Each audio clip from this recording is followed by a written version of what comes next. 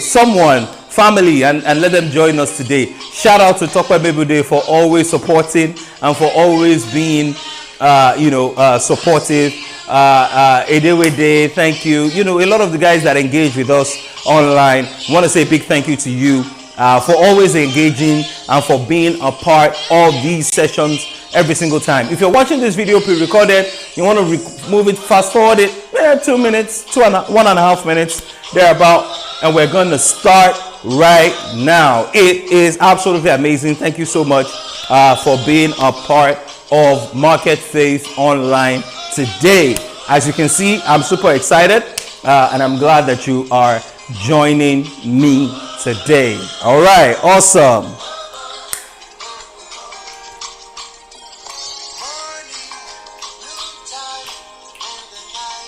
Go ahead and invite your friends, invite your colleagues, let somebody know. Tell one person, tell two persons, or two people rather. Which one is it, right? All right.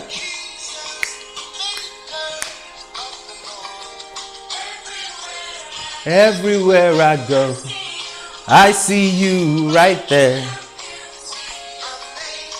You shine all around. You are everything. Everything is you. Precious Jesus, oh wonderful wonder you are. Oh, oh, oh, oh, oh, oh, oh, oh, oh, oh, oh, oh, oh, oh, oh, oh. Woo! You amazing. Dear Lord. All right. Thank you so much for joining me today on today's episode of Market Faith. I am super delighted that you are joining me today. All right. Super wonderful to have you here with me on Market Faith Online. Now, today we're going to continue on what we've been talking about around designing and developing systems and structures in your business. Super important, very powerful. All right. Last time we started out looking at the organogram of an organization, the organization structure. And one of the things we said is that the first place to start when you're trying to put structures in place within your business is the organogram, right? And then we're going to take it up from there, and I'm going to show you, the sequence and how that works, so that in doing that for yourself, you know what to do and how to develop the organogram, etc. If you didn't see my video, please go ahead and watch it. It'll be very helpful for you, and it will help you understand where we are taking off from and why we're taking off, from where we're taking off from. So let me once again draw a sample generic, all right, organization structure just to help you see what that looks like. All right, we started out with the CEO, right? From the CEO, we actually started out with a board of directors. Then we started out with the CEO, all right? Then we moved on with, key people within the organization. You have your operations. You have marketing.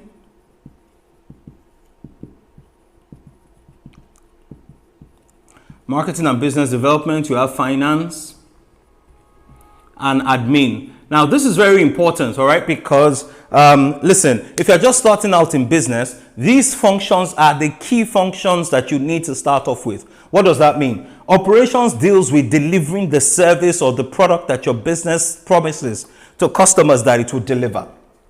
So operations is very important. Marketing and business development involves ensuring that we keep a steady flow of customers. One of the mistakes I made personally when I was starting out in business was that I didn't pay enough attention to this box. I didn't at all right? And that was a very huge mistake that I will not make in any other venture going forward, all right? Okay, finance is also important, right? A lot of people don't take finance seriously because they feel that it is not revenue generating. But listen, if you make that mistake, you're going to have a lot of holes. So you're going to make a lot of money here, but you're going to pump it in a lot of holes, and you wouldn't know where your money is going as a business. So It is super important, right? These three functions. As a matter of fact, for every business in the world, these are the three things that they do. Right? I can put almost everything any business does into these three buckets, right? Operations, marketing, business development, finance, right? If you say logistics, depending on the kind of business, it's probably an operational issue. Sales, we can put it in here, even though, we can make a case for it not being there. But as you start up, one of the things we said from the last video is that you start out doing a lot of things, right? And then as you grow, you specialize, and then you increase your scope, you increase your capacity, etc. So today what we want to do is to take it a step further from here. All right. Now, one of the things we said is that now in last week's video, we drilled this a bit more. All right. But I want to stop here so that I can show you something else as we go along. So one of the things we said is that you need to put down the names of people here. All right. So as CEO, you want to put down the names of people. All right. So Deji is here, maybe for now, because as we're just starting as a business, Deji is here. Deji is also here. Remember last time, I think we had Chinedu here. All right. And I think we had Musa here. Okay. All right. So now what needs to happen? The next thing I suggest that you do is to develop the job descriptions for each of these people in each of these roles. Now, why is this important? The job descriptions lists out what the person is supposed to be doing in each of the roles. Now, equally important with the job descriptions are the KPIs for this particular person.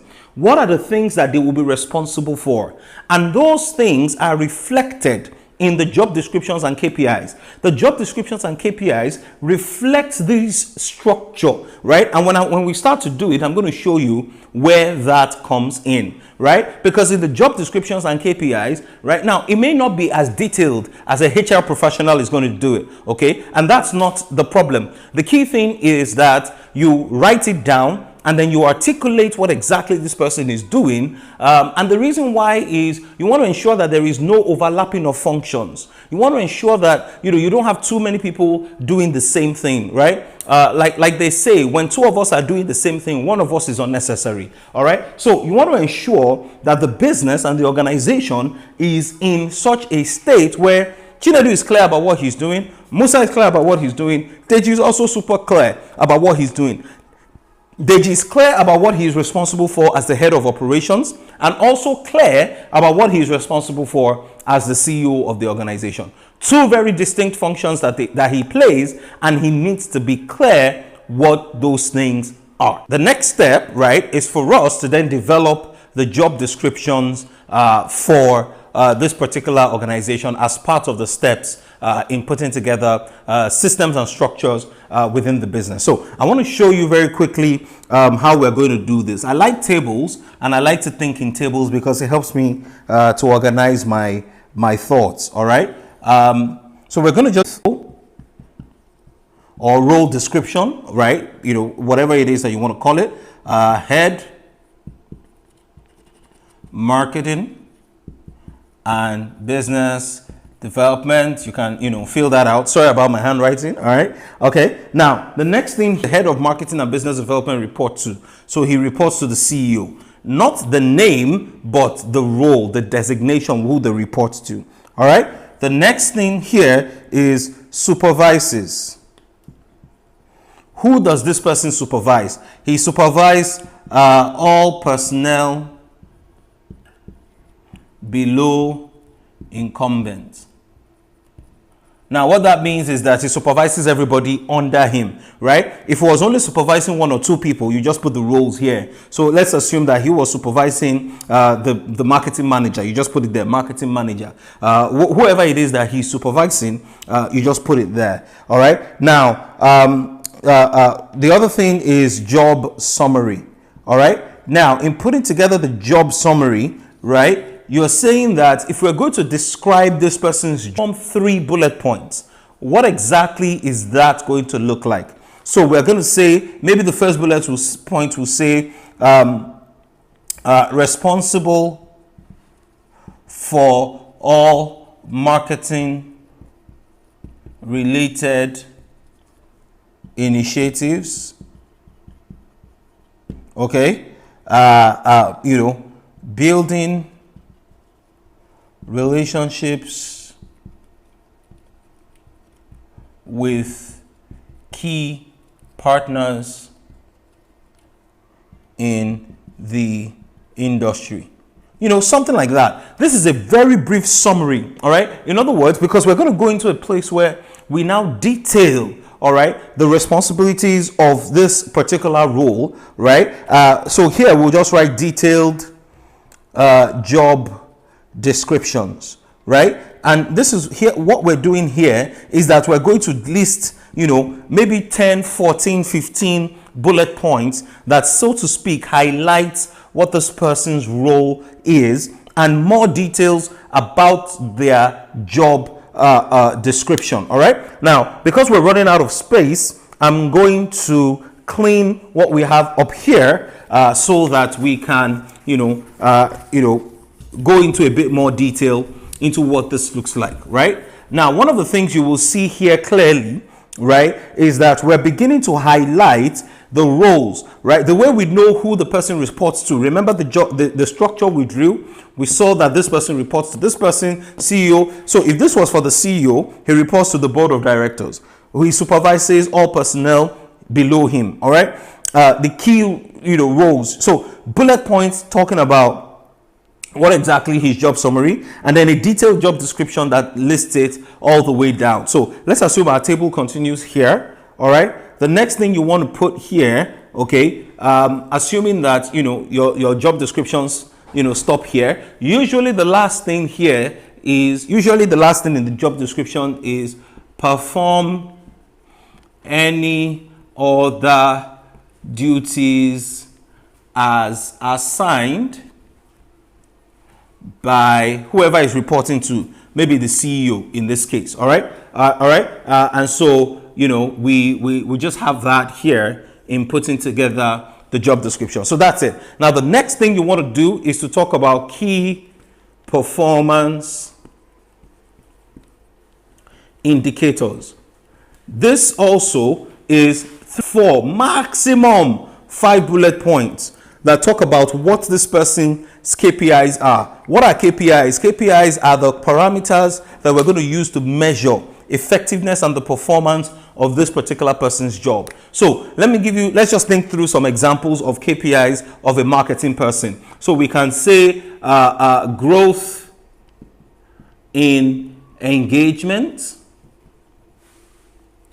on social media platforms, right? We can say number of potential customers in our funnel. All right. We can say a number of followers on Instagram, YouTube, whatever, right? Now, the idea, if you notice the way we're writing this, these are not subjective parameters. These are very objective because we can see whether there has been growth or not. So when you say growth in engagement on social media, maybe you want to say you want a 30% engagement. What that means is that 30% of all the people who are following you on social media, you want them to engage with you in one way or the other. Now, these are metrics that can be measured, right? These are metrics that can be seen. These are metrics that are not subjective. These are metrics that in looking at your social media page, your platform, you can see a number of these things, right? When you give somebody a job description around building partnership, you want to say, maybe you want him to build 3 partnerships before the end of 2021. Something like that, right? By the time where the end of 2021 is arriving, we know whether he has achieved this or not. So the KPIs are exact things, are things that are measurable, things that are specific, things that are time bound, and things that you can hold this person responsible for. Now, if you want to make this much more exciting, you can include other things like personal attributes and qualifications. Right? What are the attributes that you need this person to have? That can be part of the job description, and you can list that there. You can also, put one thing there. I like to put this, and I put, station, or where we expect you to work from, right? What percentage of your work should be from the office? What percentage of the work should be on the field? So for example, if you have sales reps, we expect them to be on the field maybe 95% of the time and 5% in the office. All right. If you have an accountant, it's the other way around. You expect him to be in the office 95% of the time and maybe only 5% of the time on the field. Now, when somebody resumes in your organization and you give them a document that articulates all of these things, right? What you're doing is that you're making it very clear that these are the expectations that we have from you. These are the things we expect you to deliver. And over time, right, we expect that you will do whatever it is that is necessary to deliver on all of these tasks. All right. I know that's quite a bit for you. All right. Or it's quite a bit to look at and to chew at once. So I want to encourage you to go back, check this video out again. All right. In this case, we started from here. Okay, the nature of the role, reports to, supervises, job summary, job description, key performance indicator, personal attributes and qualification, and then where the person is working from. So here, you want the person to have a BSc in, business administration. You want him to be proficient in the use of social media, all those things. Whatever it is that you need this person to be, you then need to articulate it and put it in there, and it helps to articulate and understand what exactly this person is responsible for and what their job is, right? And imagine you're going to do this for every single role that is within the organization. I know it looks like a lot of work, but the reality is this is why you pay consultants some money to help you do these things so that you can focus on your business and other things. But remember what I said, you don't need to do the whole detailed thing at the start. Make sure the job summary is clear. Make sure the KPIs are clear. All right. The attributes as well, very, very important. All right. And that helps to really tell you this is what you should be doing within your organization. Hey, I hope this has been helpful for you. I trust that it helps you give it a bit of a picture in terms of what exactly you are required to do in your business. All right. Thank you so much for joining me today on Market Faith. All right. And I look forward to seeing you next time as we deal with another area of developing systems and structures within your organization. God bless you.